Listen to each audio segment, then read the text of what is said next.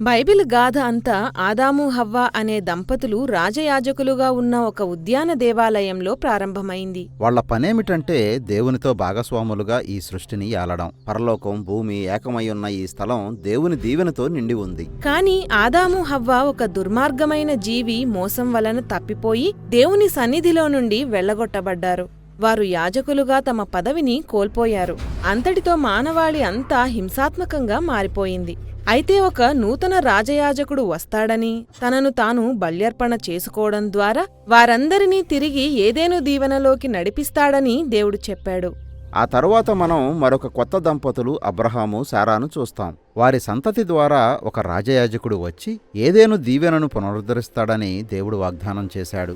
కేవలం వారికే కాక సకల రాజ్యాలకు ఆ దీవెన లభిస్తుంది. వీరి కుటుంబమే విస్తరించి ఇశ్రాయేలు జాతిగా ఉద్భవించింది. ఆ తరువాత వారు ఐగుప్తుకు వెళ్లి అక్కడ దుష్టుడైన ఫరోరాజు పాలన కింద బానిసలుగా మారారు. అప్పుడు దేవుడు తన ప్రతినిధిగా ఇశ్రాయేలీయుల పక్షంగా ఫరోతో మాట్లాడడానికి మోషే అనే ఒక వ్యక్తిని నియమించాడు. మోషే ఫరోని ఎదిరించి చివరికి ఇశ్రాయేలీయుల బానిసత్వం నుండి విడిపించి అరణ్య మార్గం గుండా నడిపించాడు. వారు సీనాయి పర్వతం దగ్గరకు వచ్చారు. అక్కడ దేవుడు వారికి ప్రత్యక్షమై వారిని యాజక రాజ్యంగా ఉండమని ఆహ్వానించాడు.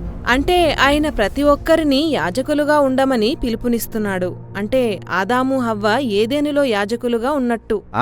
అవును. అయితే ఆ ప్రజలు దేవుణ్ణి చూసి భయపడ్డారు. వారు దేవునికి దగ్గరగా రావడానికి ఇష్టపడలేదు. కాబట్టి మోషే ఒక్కడే ఆ పర్వతంపైకి ఎక్కి వెళ్ళాడు. అక్కడ మోషే దేవుని నుండి గొప్ప 10 ఆజ్ఞలను పొందాడు. వాటిలో మొదటి 2 వారు యెహోవాను మాత్రమే పూజించాలి, వారు విగ్రహాలను చేసుకోకూడదు.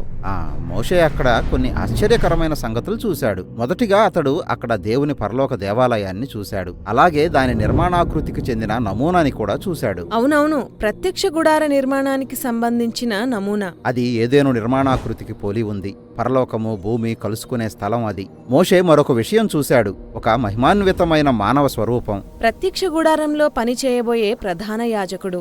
అవును, ఆ ఒక్క యాజకుడు మాత్రమే ఇతరుల పక్షమున అతి పరిశుద్ధ స్థలములోనికి బయటికి వెళ్లగలడు. అతడు తెలుపు వస్త్రాలు, ఒక కిరీటం, దగదగా మెరిసే ఆభరణాలు ధరించాడు. మనం ఎదురుచూస్తున్న రాజయాజకునికి అతడు ఒక మాదిరి రూపం. అయితే ఇశ్రాయేలీయులకు మొట్టమొదటి ప్రధాన యాజకుడుగా మోషే అన్న అయిన అహరోను నియమించబడ్డాడు. మోషే ఆ పర్వతం మీద ఉండి వీటన్నిటినీ చూస్తూ ఉండగానే ఆ పర్వతం కింద అహరోను ఇశ్రాయేలీయుల కోసం ఒక దేవుని విగ్రహాన్ని తయారు చేస్తూ వారిని తప్పుదారి పట్టించాడు. అంటే త్వరలో ప్రధాన యాజకుడుగా నియమించబోయే వ్యక్తి 10 ఆజ్ఞలలో మొదటిదానిని అతిక్రమిస్తున్నాడు.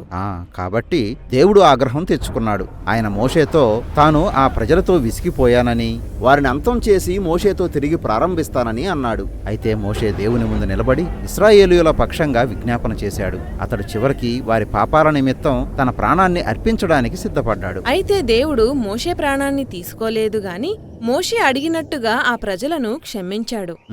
మోషే ఆ కొండ దిగి వచ్చినప్పుడు పైన తన దర్శనంలో అతడు చూసిన ప్రధాన యాజకునిలా అతని ముఖం ప్రకాశంతో వెలిగిపోయింది. అతని సోదరుడు విఫలం చెందిన సమయంలో నిజానికి మోషే ఒక ప్రధాన యాజకుడేమో అని అనిపించింది. ఆ తరువాత ప్రత్యక్ష గుడారం నిర్మించబడింది. అహరోను కుటుంబం యాజకత్వమునకు ప్రతిష్ఠించబడింది. అవునా? ప్రారంభంలోని అతని వైఫల్యం తర్వాత కూడానా?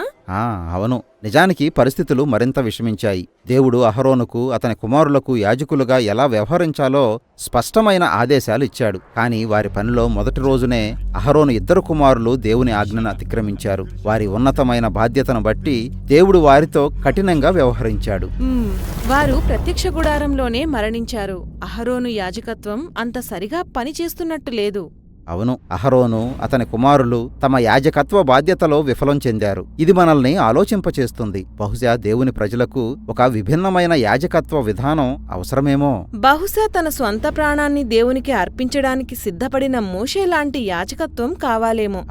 అవును. అయితే మోషే గొప్పవాడే కాని అతడు కూడా పూర్తిగా దేవునికి లోబడడంలో విఫలం చెందాడు. కాబట్టి అతడు, అహరోను ఇద్దరూ దేవుడు అబ్రహాముకు వాగ్దానం చేసిన దేశానికి వెలుపలే మరణించారు. కాబట్టి దేవుని ప్రజలకు అవసరమైన యాజకునికి మోషే ఒక నమూనాగా మాత్రమే ఉన్నాడు. అవును, మనమింకా ఇతరుల వైఫల్యాల కోసం విజ్ఞాపన చేసి తన ప్రాణాన్ని అర్పించడానికి సిద్ధపడే ఆ అంతిమ రాజయాజకుని కోసం ఎదురుచూస్తున్నాం. చివరికి ఇశ్రాయేలీయులు వాగ్దాన దేశంలో ప్రవేశించారు.